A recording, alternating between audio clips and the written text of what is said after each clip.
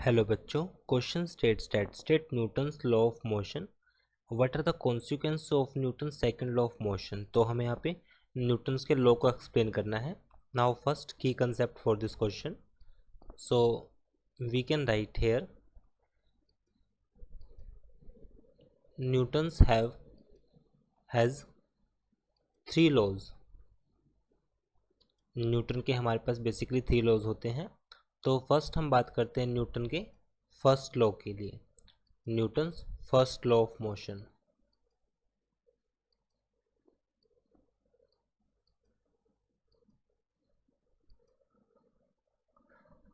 सो Newton के first law के according अगर हमारे पास कोई बॉडी है, अगर वो रेस्ट में है फिर मोशन में है, तो वो सेम स्टेट में रहेगी if it states that if a body at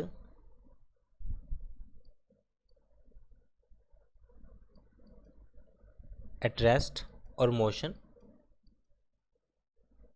it will remain in same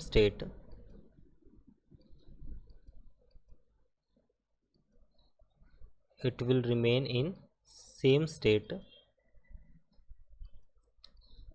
unless some external force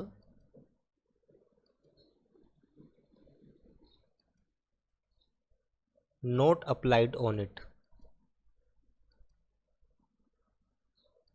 जब तक हम उस पर कोई एक्सटर्नल फोर्स को ना लगाएंगे। सपोज करता हूँ जैसे कोई व्हील है जो किसी फ्लोर पर मूव कर रहा है, तो जैसे ही अब हम जैसे वो मूव करेगा तो उस पर हमारे पास कई तरह के फोर्स लगेंगे, like force due to air and frictional force will also act here. And अगर हम एक एक्सटर्नल फोर्स को यहाँ पर लगाते हैं, that is F of external, then it will stop. So we can change the state of motion. So ये हमारे पास न्यूटन का फर्स्ट लॉ था। अब हम न्यूटन के सेकंड लॉ की बात करते हैं। Second law, Newton's second law. According to Newton's second law, force applied on a body will be directly proportional to rate of change of linear momentum.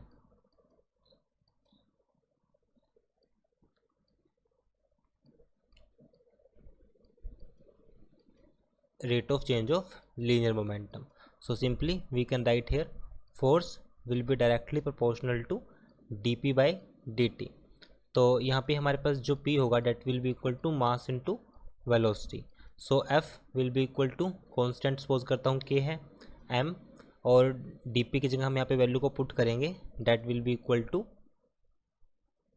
d by dt, और ये हो जाएगा हमारे पास mass into velocity.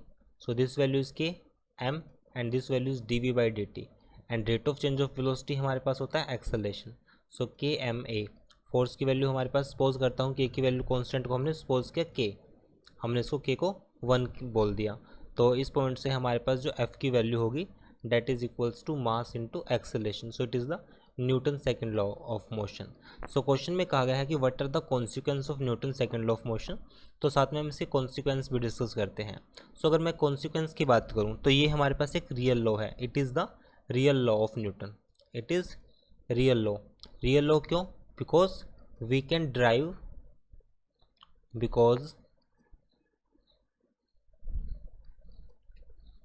we can drive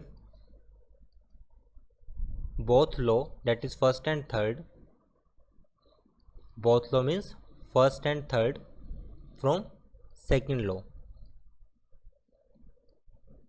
second, complete mechanics में हमें force की हर बार need पड़ती है, तो इसलिए हम यहाँ पर बोलेंगे कि जो ये हमारे पास फोर्स है that it will give the definition of force, it will give the definition of force and unit of force in mechanics. So that's why it is very important. So third point की अगर अब हम बात करते हैं Newton's third law. According to Newton third law, for every action there is equal and opposite reaction।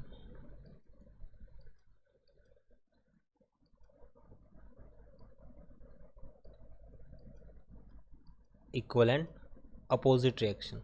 Like अगर मैं बात करता हूँ, मैंने फोर्स एक बॉडी पर लगा है दूसरे की वजह से, so force on second due to first, both are equal and opposite, so it is Newton's third law.